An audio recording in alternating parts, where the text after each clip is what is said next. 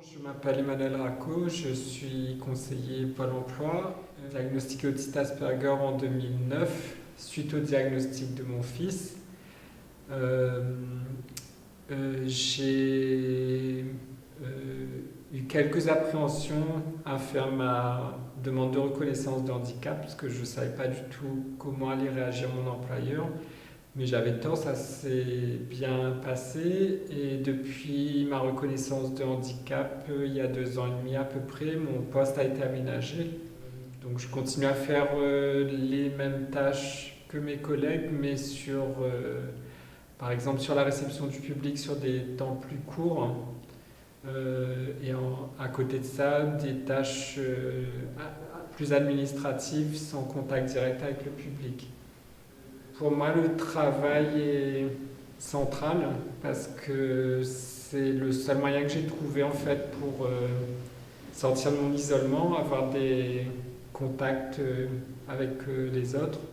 Les qualités des autistes au travail, et je m'inclus dedans, c'est l'implication dans les tâches qui sont données à effectuer, euh, parfois même un peu à l'excès, et comment dire, la volonté de réussir vraiment ce qui est demandé.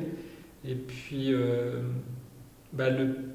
il n'y a pas de mensonge ou de triche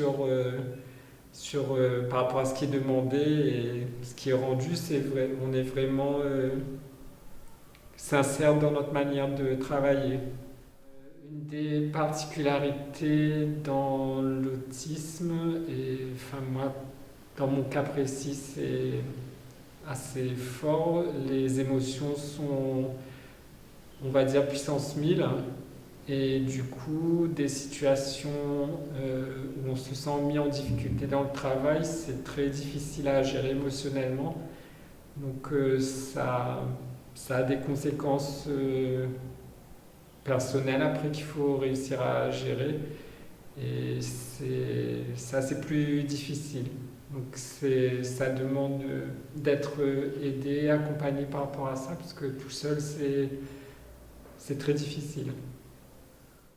Dans mon cas précisément, c'est le Social Job Coaching qui m'accompagne à travers des points réguliers qui sont faits avec mon employeur sur les aménagements en cours, ce qui reste à faire. Et quand il y a des difficultés, j'ai la possibilité d'en parler pour dédramatiser la situation et puis essayer de trouver des solutions au niveau de mon entreprise pour que les choses se passent au mieux pour tout le monde. Et après, une fois que les besoins de la personne, enfin du salarié, sont mis en place, la personne peut vraiment fonctionner à son maximum, on va dire.